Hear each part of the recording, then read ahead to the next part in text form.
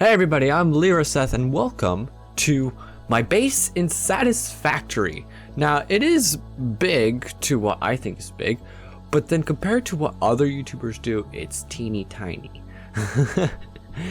It seems big, it's out of date, it still uses coal, it's all on one level. It's not a great factory, but I still love it. And I'm going to do a quick tour of this factory, because soon update 3 is going to come out. We don't know when, but it's going to release on Tuesday. So I'm just going to do a quick tour, and then once update 3 comes out, we're going to start an entirely new base for like the 3rd time on this channel. So first of all, to begin with, we're going to go with where we get our power from. The magic all happens over here with this massive collection of coal power plants. And yes, they're all necessary because, well, I mean, they are necessary, but I do have a lot of power. All of my coal is just being supplied from way back over there. Those 2 machines over there is what collects all the coal for all of this power. That's all you need, really. But that's not all the power. Actually, when I started this base, these 4 were the only 4. I was like, all right, that's enough power forever. I won't need any more power than these 4. And then I made this thing, which is a lot more than what I was expecting. But these 4 were actually the most organized of the bunch. So if you look, everything is perfectly splitted apart. You have the 2 wires at the back going to the left, and you have the 2 wires at the front going to the right. Other way around. You have the 2 wires at the back going to the right, and you have the 2 wires at the front going to the left. And then the coal is perfectly split evenly with perfect symmetry across both of the machines. And I was so happy. I was like, yeah, this is perfect. And then I made that monstrosity over there. Alright, next we're gonna go to some more power things, just to get that stuff out of the way. Alright, so here we have more power stuff. This turns crude oil into other products like plastics or rubber or things like that. So that's what those machines do. These bunch of 3 machines actually transfers the oil into energy, into electricity for me to use. And then I wanted to experiment with the cars and the trucks. So I have these 2 trucks going around over here, picking up materials and going back all the way to where we have the extraction of oil. And this is like a little factory where the trucks go into and they pick up everything. Not much to show over there. But this thing on the other hand, this big building makes computers. So this will manufacture computers for me. Oh my god, it's full? Wow, I never thought that they would come. Okay, I didn't know that this was full. Oh, wow. Okay, so this thing was supposed to make computers for me, and it's this big mess. On the bottom, you have the collection of all the materials, all the parts and things that are done. So like the circuit boards, the plastic, all that stuff. In the middle row is where we transform the already transformed materials into the parts. So for example, these 2 would transform into circuit boards. So these 2 enter, and they transform into circuit boards. The next layer on top is what we transform ingots into the products. So that process is what allows me to make all these materials in a small space. I'm not saying it's like super small. This is obviously massive, but it's good. And then outside we have the input of materials, so like all the iron that I need in order to produce all of this stuff. So that's how I make the computers, and sometimes you'll see these factory buildings just to make one thing. So you have these entire sections just to make this one product. In this case, it's computers. So here is the last of the factories, of like the factory buildings. This is all designed to make one thing, and it's not efficient. As you can tell, things are lacking behind, and it was always super slow to make what I wanted to make, which was the reinforced iron heavy modular frames. It always took so long for this machine to actually just make even one. Right now I don't need them anymore. because they've all filled up this thing, which I'll explain later. So yeah, this entire complex, same rules as last time. This was all made just to make that one product. Bottom layer creates the basic materials, upper layer creates the final material. Yeah, and then the outside, this is, I'm gonna delete this thing because I don't need it anymore. But this outside was just a complete mess with all the input of the materials. It's complete garbage. If I had more time, I would have completely redone this, but update 3 is coming out and I'm gonna start a new save. All right, now this thing, quite a big machine. This is what allows you to get new upgrades and get new tiers for the game. So you basically shove in materials in here, like these things, and then you shoot it up into space, and then researchers up in space will research the materials and give you back information of how to make new tools and new machines. Next up, we have the main factory itself. This, what I'm standing on right now, is all the storage area. All the green stuff, all the green crates is where all the materials and products are collected for me to actually use. Also those 6 down there. So I've created all these massive towers for all the products to go into. So I'm going to explain how everything works, starting with this thing in the middle.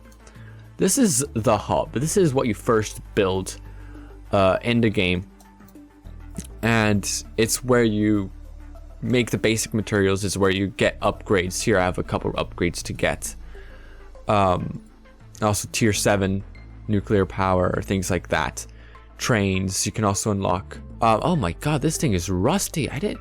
Wow, I haven't been using these two. They just rusted up. They're out of date. But where everything really starts off is with the import of the raw materials. So iron ingots, coal ingots, things like that. And that happens over here. And this all distributes evenly throughout the entire factory. So for example, over here, what we need imported is the coal, which is imported from right there. You also have the coal and the iron, which is split up over here and all split up into these machines. These machines then, this front row of machines then turns that material into an ingot for you to be able to use. And then that ingot is then transformed into products and materials that you can use. And that's all shifted down into the crates over here where they're all organized properly. So that's like the first row of areas. This was like the first thing I really built because I wanted to get all the materials I really need, all the base materials quickly and stored evenly. I built this thing first. It was like my first big project. And that was just to get all the base materials fast. And it works really quite well. And then you have this back row. So this back row is a little bit bigger, it's a little bit more complex. It's actually divided into 2 parts, you can't really see it. So you have this front part, which splits up right here, and you have that back part over there. Those 2 are actually 2 separate parts, but they all work within the same factory. So same as last time, you have the import of all the materials through over here. You have the iron, copper, coal, and iron. All that stuff is all pushed into these machines, and these machines will turn that material into goods that you can use. So for example, this will make steel ingots, and then that steel will be transformed into other materials, and that's all going to be pushed down into the next machines. These machines take two materials, so like for example screws and iron plates, and then they'll make it into something else. For example, reinforced iron plates, and that will be pushed down into a third area. So these machines will make those things and will either push it down into the crates or push it down into another machine that will make other things that will be put into the crates.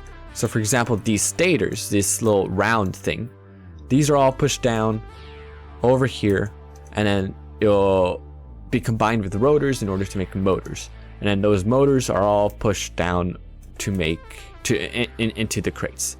You get it? Once you play the game, it gets relatively easy to understand. But just seeing stuff like this is like, oh my god, I've never understand this. It's easy to understand. You just need to be organized with what you do. What I said about last time about that area being my first area that I built, that was a lie. This was the first area I built. Although I changed what the things make. So yeah, this was the first area that I built, and I have the import of limestone, of iron, and then back there I have the import of copper. And that all imports into this area. Machines all transform the materials into what I need. Like all these machines transform the materials into products, and then those products are pushed into these crates. And then all I have to do when I want to go out adventuring the world, or make a new upgrade, or make a new factory or machine, all I have to do is go over here and pick up the materials. It's that easy. All right, so this is the last line forward until the trucks, which I'm standing on, arrives at the oil station. So this is where the trucks will pick up the oil, which is quite useful. This is a relatively simple area. It doesn't need to be too complex. But look, for example, the machine will pick up or deposit the oil. As you can see, it's going back in, and it'll continue driving off. There you go. It's relatively simple. You have these two drills where you can drill the oil. They both are outputted into one of them is outputted into this machine, which will turn it into fuel for the car, so that when the car arrives over here, it can refuel so that it just doesn't run out of fuel. I don't know how to say it. And then these just go into here, and they fill up the trucks.